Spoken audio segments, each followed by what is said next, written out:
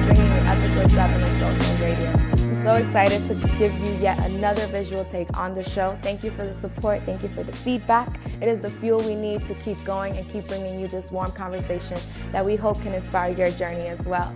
Speaking of inspirational journeys, today we are featuring Latasha from Aurora TV. We're going to get to know her and her journey and her resonance as she shares insight with us.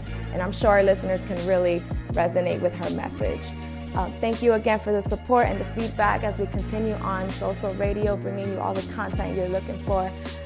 If you do have any talents you would like to join the team, we are still open on expanding. Please contact us at connect@sosoulradio.com.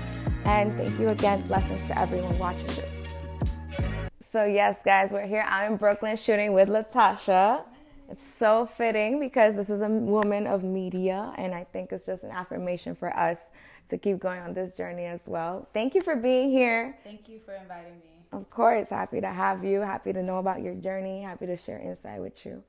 But yes, we came all the way out here to BK as we keep expanding, and having you on board is just super great for us. We literally just met not so long ago. We did. You know? What month is that? That was December? I think it was November. Yeah, October? November. November. Time is just flying. It's a construct. It doesn't exist. Yeah, absolutely. It's all an illusion. But actually, we're in 2019 now, so Happy New Year to everybody. Happy New Year to you. But yeah, we met in November, and it was at a screening event of both of our content that we are presenting. And I'm so happy to have met you because I just entered this world, and I'm just happy to be here at a studio with lights, and you're like, I see this all the time. This is my second home, and y'all mad hype. I am hype.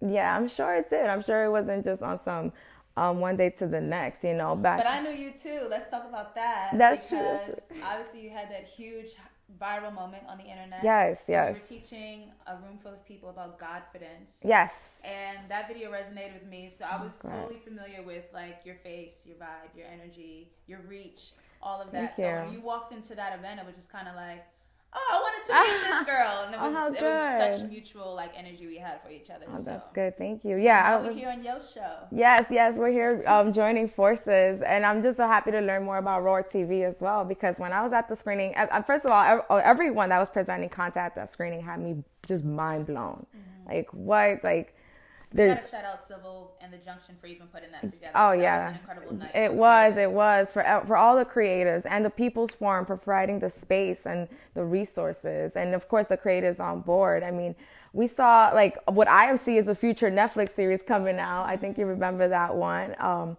And then we had I know you know him. He's a comedian. Funny Julius. Yes, Funny Julius had the room rocking. You guys got to check out his stuff, and it's called Dear White People? He has Hello White People. Hello White People. And he has Reek Rants. Reek Rants. Yeah, so he presented 2 pieces of content that he produces, and one of them which he starred in. And so both of those showed, and both of those had the crowd laughing so hard. Oh my goodness, I gotta tell you. And then, you know, we presented SoSoul Radio, which was a blast to do. I mean, it was so surreal. And then right after, we saved the best for last, Aurora TV was up. And I'm like, who is the creative woman behind this?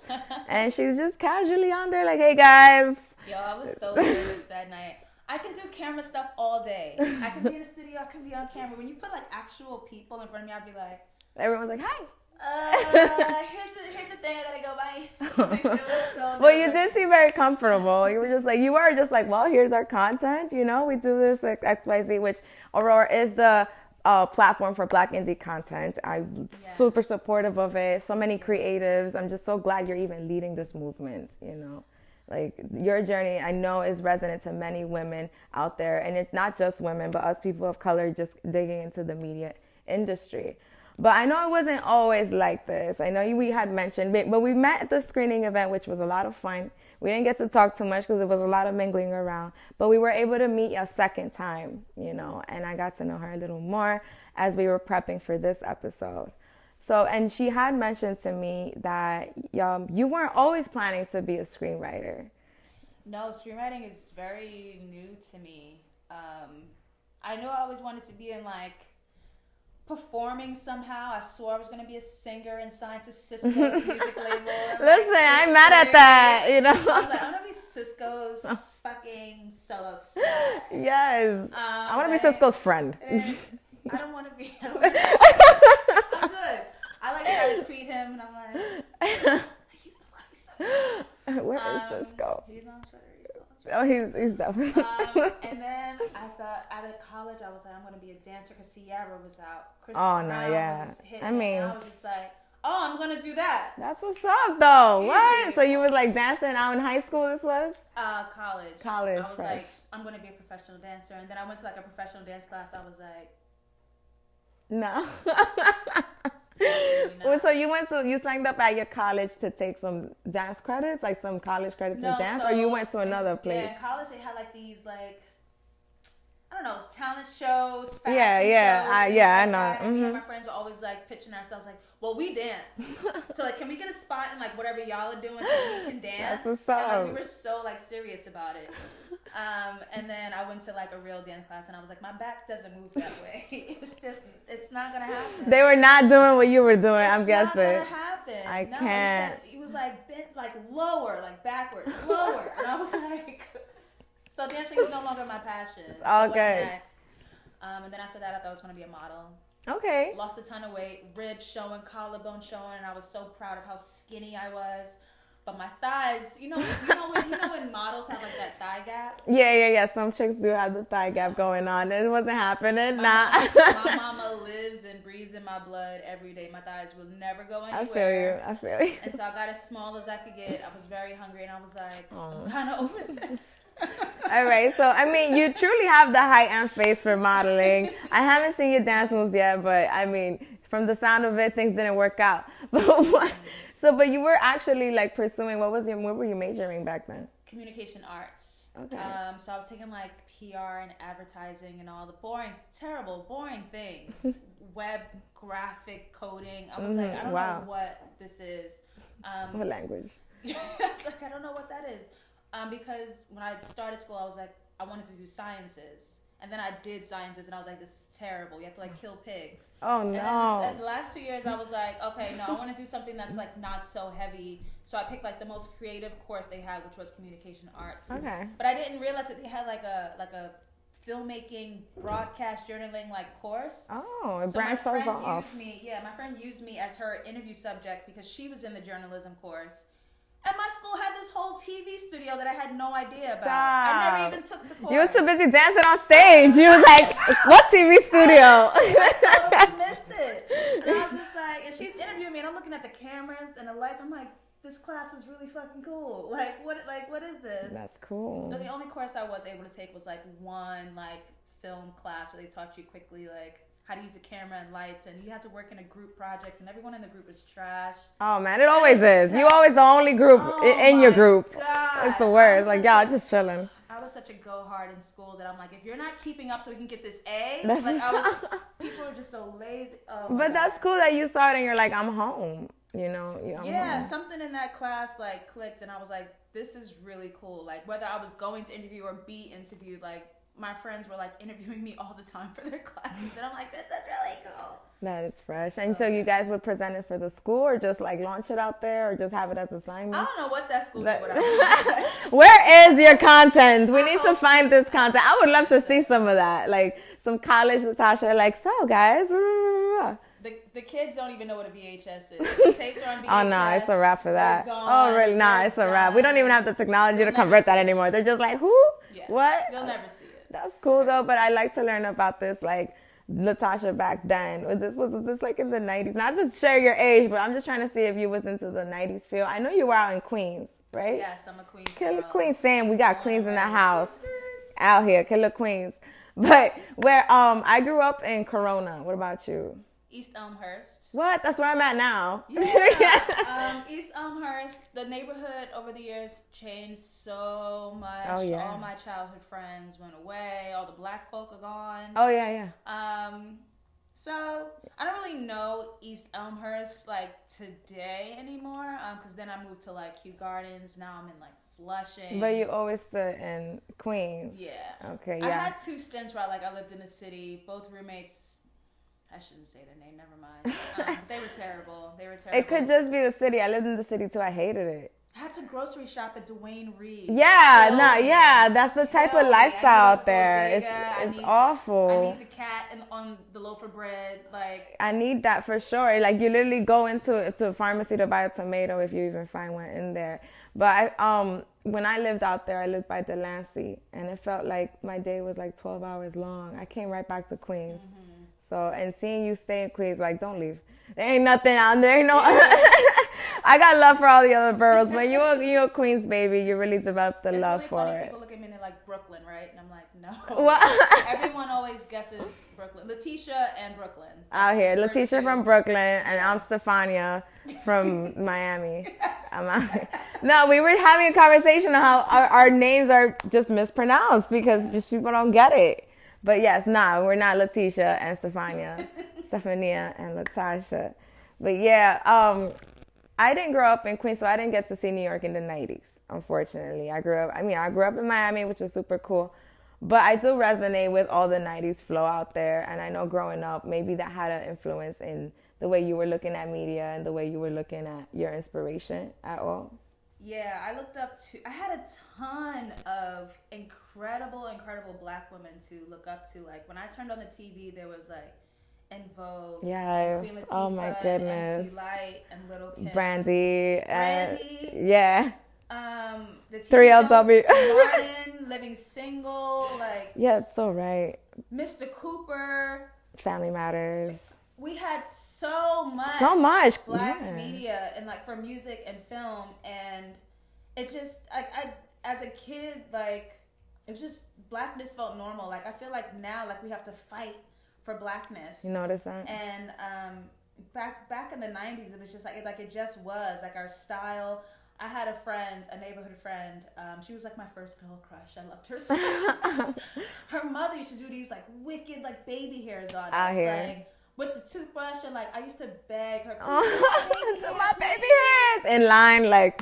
But like she had one swirl going all the way down and then down the side. It was so good. It's an art. Oh, it was so good. And like the colors and the sound. So like 90s is my vibe. Like my all-time like favorite music style is like 90s R&B. That will put me in a good mood.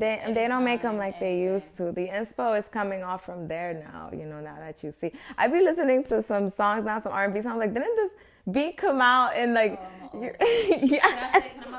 yes, more than welcome. What? All the rappers are using my music now. For sure. I'm like, what? Okay, come up with something new. But they can't because it's incomparable. Well, Diddy did it. He did. Diddy made all my mom's music. My mom hated him, and I couldn't understand. I was like, this guy is so good. Diddy did really well. She was like, he's not creative. You can't deny it. Yeah, it's a time that we're going to cherish, and it seems to want to repeat again, but you can never repeat the 90s and all it had. I mean, I carry a Tamagotchi with me still. Like, okay, y'all, this is real. I got witnesses. Does it work? Yeah, it's literally in my bag, probably dead, but crying. But so funny. But I love it. I mean, I just want to go to the Keith Sweat and Jacque boxing match. Oh my God.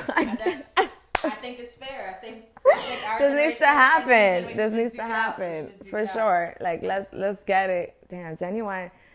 Did you see Genuine and Usher recently? There was a whole thing how they. I did.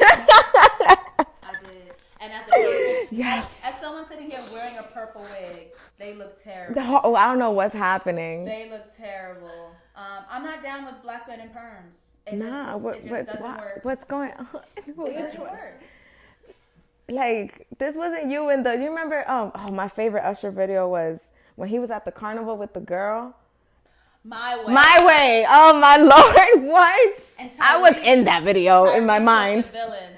Yes. Again, they don't make them like they used to. Video vixens actually got paid back then, you know, and now it's like you get a shout out if you're lucky. Usher is somebody I would have never imagined in a million years to wear a perm. No, why? Why are we here? Why are we in 2019 where Usher's wearing a perm? What happened? What kind of parallel universe is this? Okay, and he looks very happy with his perm, and if he's happy, I'm happy. We're happy. We're not happy. We're not happy. But I do respect his decision towards his own joy.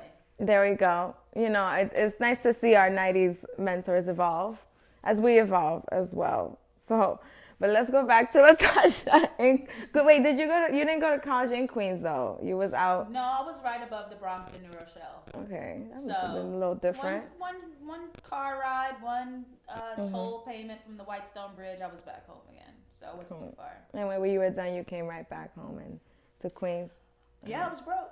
Yeah, out here. Hi, Dad. Remember me? It's been a few years. No, yeah, I went back to Queens just to like try to figure out what I wanted to do, and it's always been a creative journey. I think my first job out of college was like fashion PR, and it was so It was so. I can't imagine how. Yeah, I mean, the fashion world has a connotation for being that, and I'm sure you must have been like.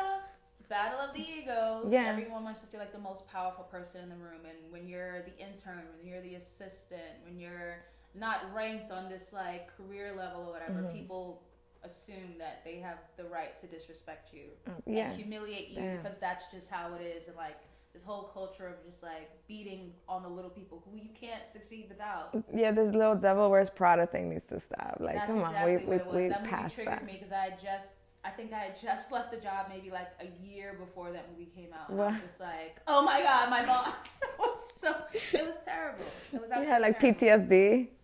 Yeah. I totally see that though. I never got into the fashion world, unfortunately. I'm not really fashionable, but I could see how the fashion and PR could somehow lead to have led to Aurora TV. I'm trying to see how your journey kind of steered from Devil Wears Prada to like something actually that's wholesome. Yeah, because at the end of the day, my boss was a woman. It was her company, and she just ran a really negative as it may be, but she ran a tight ship. Like, she knew what budget she had to make profit, how many clients she needed, who needed to be working on what account, and like she ran it from top to bottom. Like, whether or not I personally liked her, like was beyond the point. Like, I was watching a woman she took care of her shit. Yeah, and then a few years later, she got herself on TV. She had her own TV show, and she was on like Top Model and all this stuff. So I was just like, she's doing it. But the industry only likes evil men, so her career didn't last too long on TV.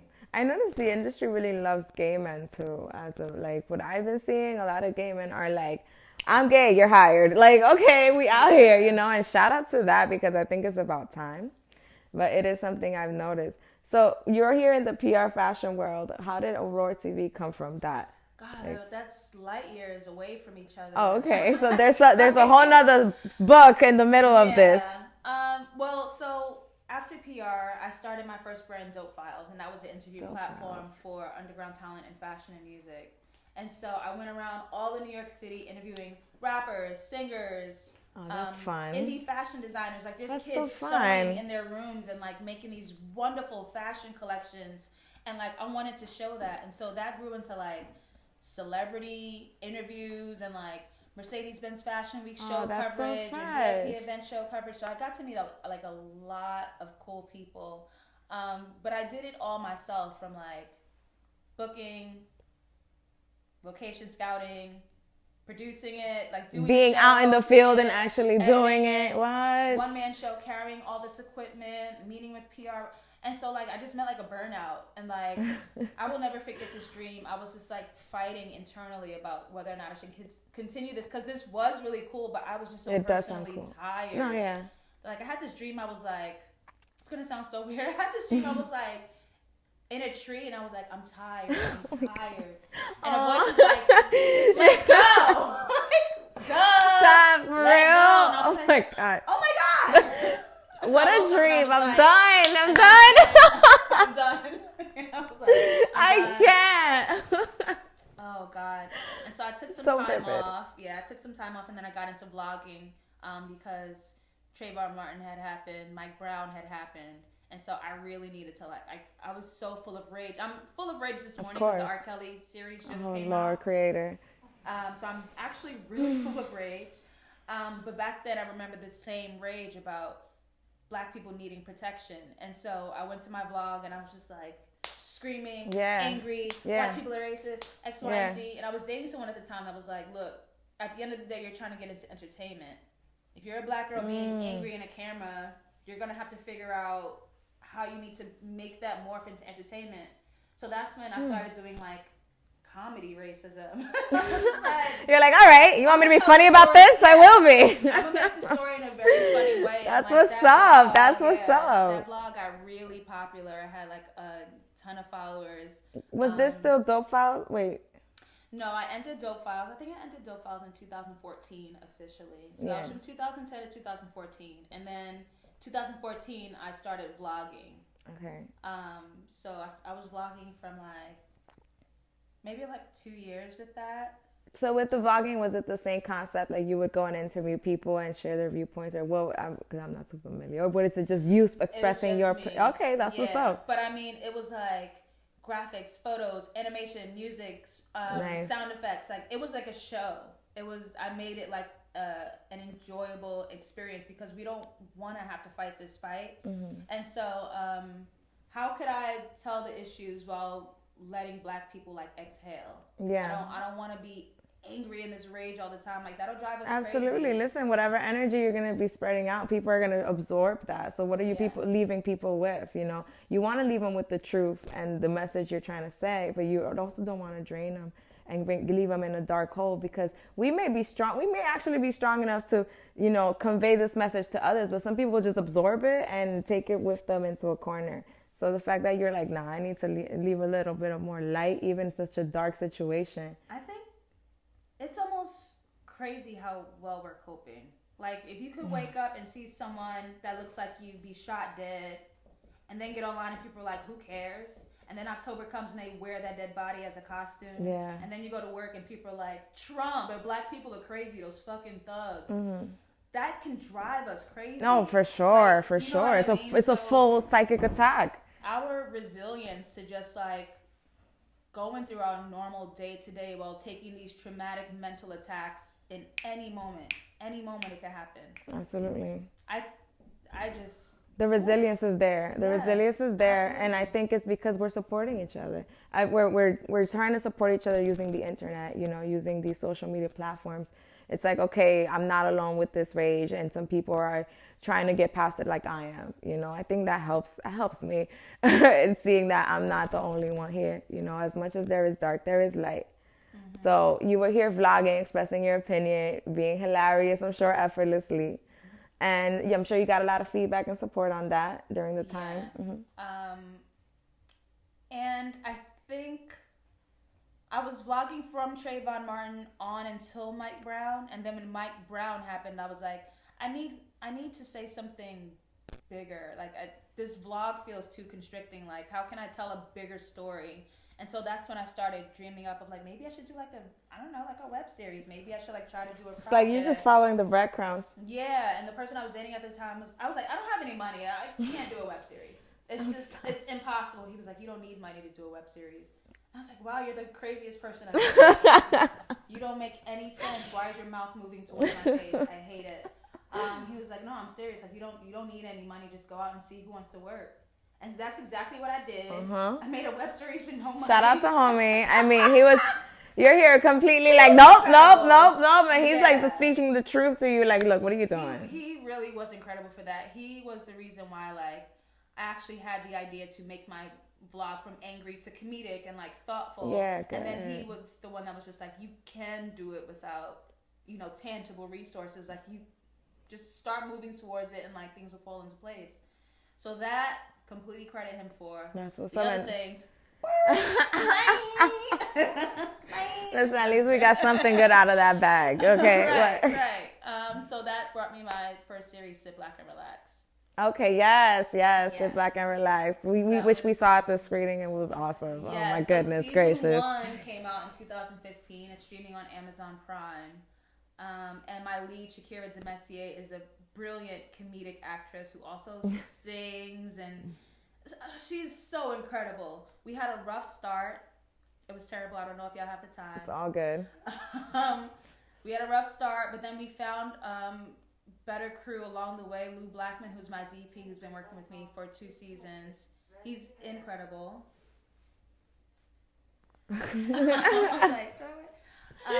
He's incredible. That's nice. You attracted this tribe, this support, and these talents. What? Yes. And so Season 1 was about white people. Because I had a lot to say to white people. But my intention was to make black people feel like, that's exactly what I want white people to know. Like, leave us alone. Stop asking us this. Stop saying this. Stop doing like when black people watch it, I want us to be like, yes, that's what I wanted to say. And when white people watch it, I want us to be like, damn, I'm an asshole. Yep. Like that's what I wanted. Yep. But in hindsight, looking back, like sometimes when we want to attack racism or just our blackness, we censor whiteness to do that. Mm-hmm. Bye. For what? For what? Yeah, that's canceled. So when it came back to season 2, I really brought it back to like blackness. What is the day in the life of a black woman? She's just trying to be better for herself. She's trying to find her independence. She's trying to find her adulthood. She's trying to date. And sometimes you bump into like some racism. And I think to be racist, you have to have a level of stupidity. Oh, and like ignorance. It's tied together with ignorance, for sure. For sure. So I wanted to show that how hilarious being stupid and racist could be. Because you have to be real dumb sometimes to just be like, look at a group of people and be like, I'm better because I'm pink. It doesn't make any sense. It doesn't make any sense. It's really stupid. I agree 100%. So, yeah. I think it's very telling of the person's psyche, of the person's lack of knowing in general, and a lot of ignorance, and I think it's also telling of what they were brought up around and where they come from. And you could tell so much off the bat. Mm-hmm. And so Sit Back and Relax is hilarious, by the way. So it conveys these points, and yet you're still cracking up in your seat. You want to see the next scene. And you said, how many seasons have been out? 2 seasons. 2 seasons.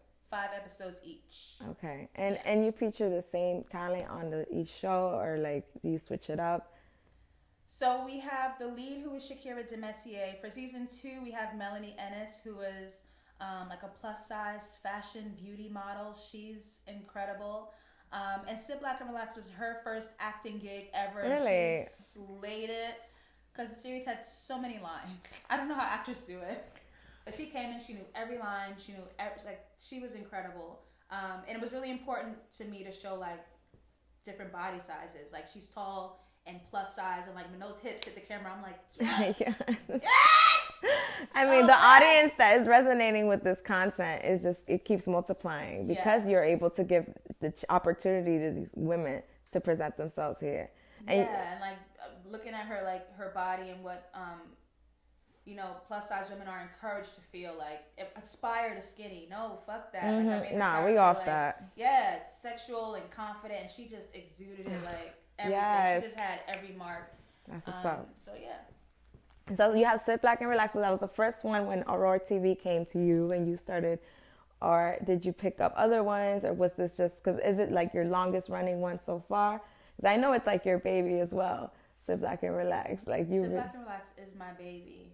I thought of Aurora TV March 2018 because I was like, there's so much like cool content by Black creators, like.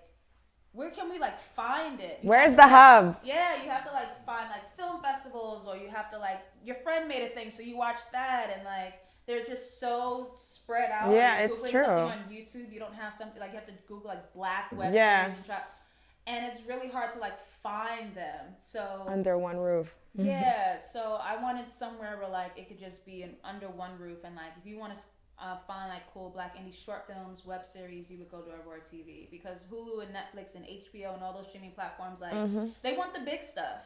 So what happens to the people who ain't big stuff yet, but their stuff is still great? Absolutely. It doesn't mean that. Well, that's what you're here for. You're here like, this is what I'm here for. I am creating the hub for Black indie content. Yeah. Yes. And I realized, looking back over my journey since like 2010, like, the only thing I've ever wanted to do in any project, any brand that I've started, was to make Black people feel good.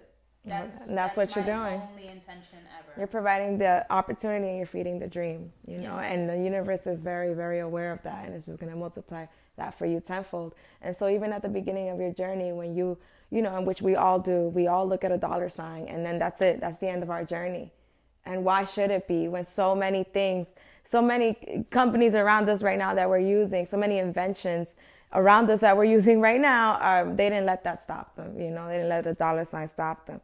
And so the talent that you're bringing forth and giving them an opportunity, you're like, you don't need this. I'm here with you, And so that is how the universe is providing for you tenfold. I think it will continue to. But speaking of this awesome content, I definitely want to check out anything you'd like to share with us and the viewers, because I think we all could use some inspo. We are going to go to auroratv.com. You motherfuckers better come see this shit. Way back before Batman committed suicide on fentanyl and heroin, before Superman broke his motherfucking neck, there was a real superhero named Afro Black, motherfucker.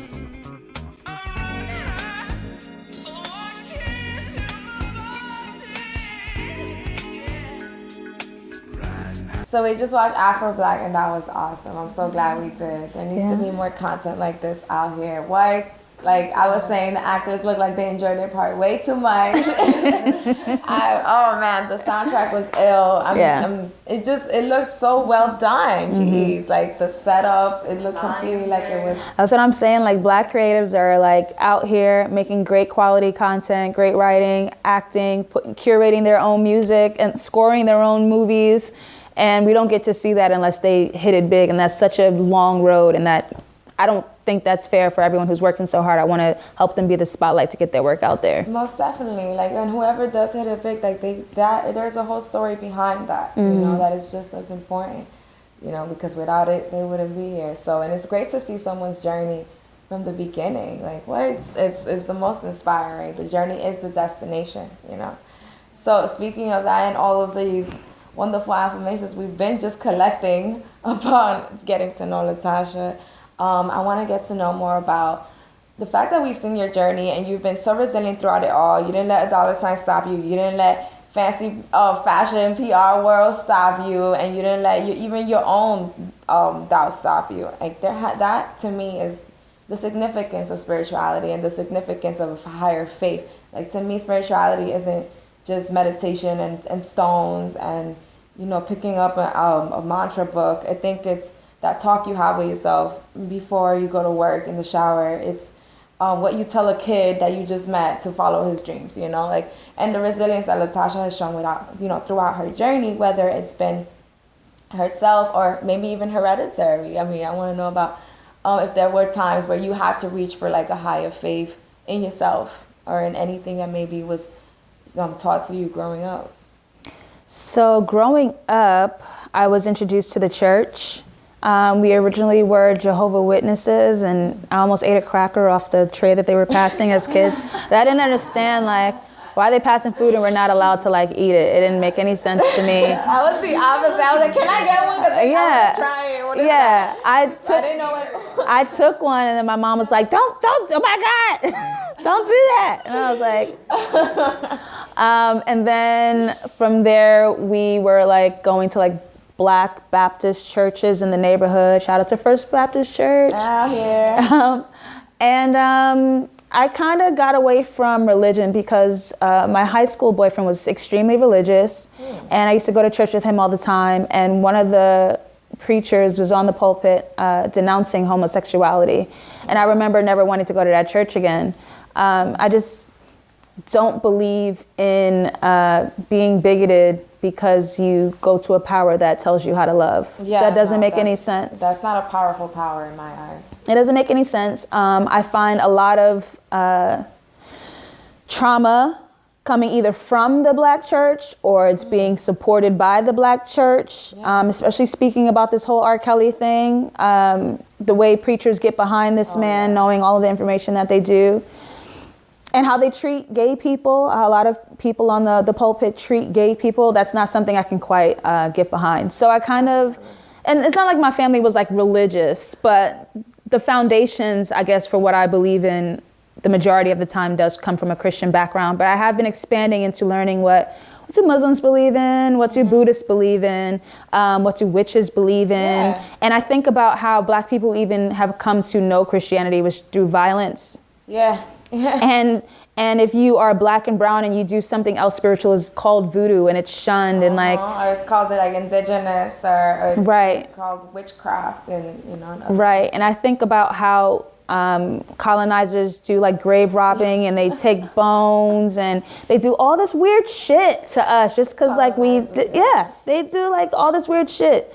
And so I was thinking about like, I think we're seeing also a resurgence of like African Yoruba spirituality, really getting back to what we originally believed in before we were taken over here. So all of that, I have been super spiritual in my life, coming from mental health issues. Depression is something I've been dealing with since I was 14. And when you go through an emotional trauma like that, you do need to grasp onto something outside of reality, which is a big reason why people do flock to the church. You need to believe in something that is presently painful, that's outside of what's presently painful. Yeah. And so, I mean, I've done it all, the past life regressions, crystals, meditations, incense, music, salt baths, psychic. I have done everything that I have done, everything. And I'm still exploring like more cool things. Cause it's not like I'm very curious, and I believe that someone has had a certain experience with whatever they're practicing. So I want to explore that experience, but I'm not like attached to anything. I kind of like believe everything, because there's a reason why you believe in whatever it is you're doing over there. That is the belief itself. I really resonate with the way you look at spirituality. I believe in getting to know all of these different viewpoints, and I even myself find a common denominator. You know, like I love to read about Buddhist scripture, I love to read about evangelist beliefs, and I love to read about now Kabbalan beliefs, and all of it kind of, you know, you'd be surprised how much of it is so similar to each other. You know, and like you said, it's kind of like all tailored to the person. And I believe, I always felt like whatever language you're going to speak, whether it be Christianity, Islam, Muslim, Buddhism, like that's the language the creator chose to speak to you in, because that's what you feel comfortable with. There is no right or wrong. It's all like, it's like saying what language is the right language? English, Spanish, Italian, like none of it is. It's all tailored to the person. And so when you actually learn about all of them, you learn a lot of languages, and so it could speak to you through all of them. But I do see a rise in a lot of our more ancient spiritual viewpoints now growing with these new generations. It's kind of like the ancestors are like, hey, I'm now incarnating through these persons. And I think the internet has a lot to do with this, a lot.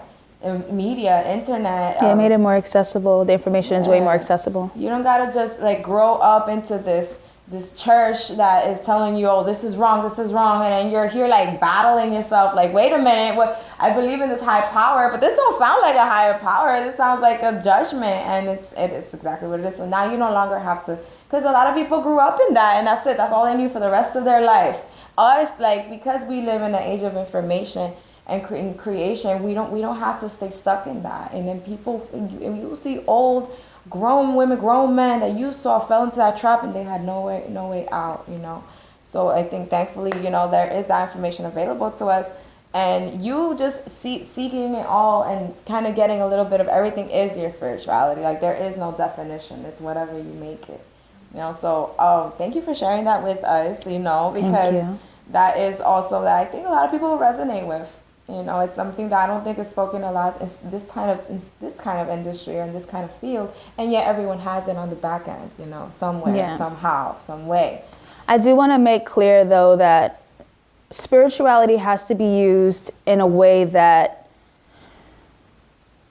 make sure you bring yourself along if you're discovering where you want to fit in with spirituality, because a lot of us use spirituality to deflect from a hole in here. Exactly. So we try to fill it up with the prayers and the manifestations and the writing it down and the burning the thing and doing the crystal. Yeah. And we're not paying attention that we're not filling up something in here. Exactly. So we have to make sure we're using spirituality to guide us, that we feel whole and not distract us from not knowing ourselves. Let's find the root instead of masking it or trying to fill it up with other things that we think are going to put a big old Band-Aid on it, when we need to see what's really happening inside.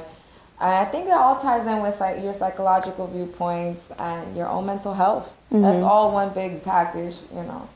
But it's something that I think everyone can find resonance on, especially when you are pursuing a journey that may seem a little impossible. Like you said, you need to grab onto a higher faith of some sort. But yeah, y'all. But we're gonna lighten things up a little bit with a little game, because you already know.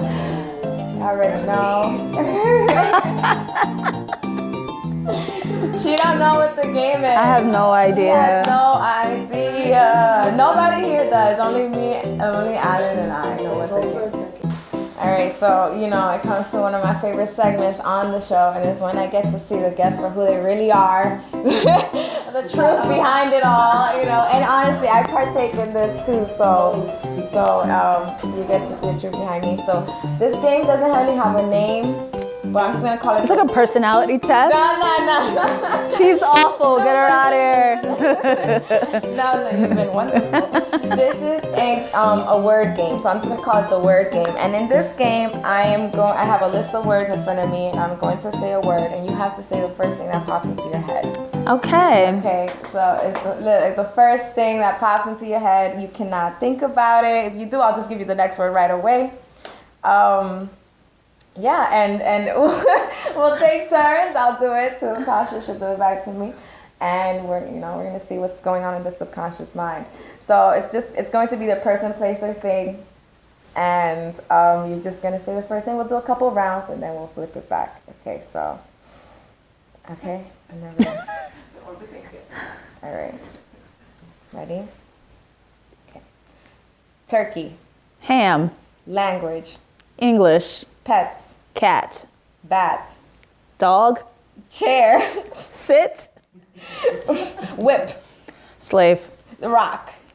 Dwayne Johnson. Hydrants. Water. Sticks. Stones. Cap. Hat. Halle Berry. Black. Shoe. Feet. Stomach. Belly. Swing. Skip. Kitchen. Cook. Awesome. P. Diddy. Marble. Stone. Ellen DeGeneres. Gay. Eggs. Breakfast. Toy. Naughty. A mother. Father. Yams. Thighs. Someone called my thighs yams once. It happened. There we go. It happened. All right. So yes, that was a good round. To be fair, it's the forward thinking of Ellen DeGeneres' brand is that she's gay, so she's on brand. You're not lying. She's on brand. Awesome. Okay, so now we're gonna flip it over, and I'm gonna be in the hot seat. Wait. I think we should do another one with her. What do you think? We'll do one more, and then we'll do one more. Do it on your. Okay. Yeah, do it. Some of it random word, and you did good. Thank you. I can see you were like, huh? Okay. So the celebrity names I just made up on the spot because this just gives me words. Okay, so you can. So it's gonna show you. I'm gonna put nouns. That's what I did with you, and you just generate random words. We'll put. So if you don't like the words that they generated, like maybe they're just not as, I don't know, nice. You could keep generating. Gotcha. All right. How you hate this? I don't like doing this for myself at all. We have Miss Soul Radio herself, Miss Arenas, in the hot seat. Out here. All right, you ready? Yeah, I think so. Thunder. Hot. Weak. Strong. Doctor. Mercer. Crate. Milk barrel. What? It's a milk barrel. You said my last name. That was so weird. Really? Yeah, knee. What? Knee. Cap. Oh, bait. Bullet. Iron. Hot. Judge. Green. Desk. Up. Change. And skip. Government. If. That's good enough. That's not word. Position. Up. Kiss. Love. Sofa. Soft sofas. Soft sofas. Hair. Hairy. Hair. Waves. Wavy. Brother. Sister. And I'm so grateful for everybody listening. Shout out to the team behind the camera. There's a lot of them back there. Yeah, hopefully. Thank you guys. Again, thank you for the support. Thank you for the feedback. And thank you for the love. We're going to continue bringing content you find resonance with on your own journey. And shout out to everybody that's supporting SoSoulRadio. Thank you guys.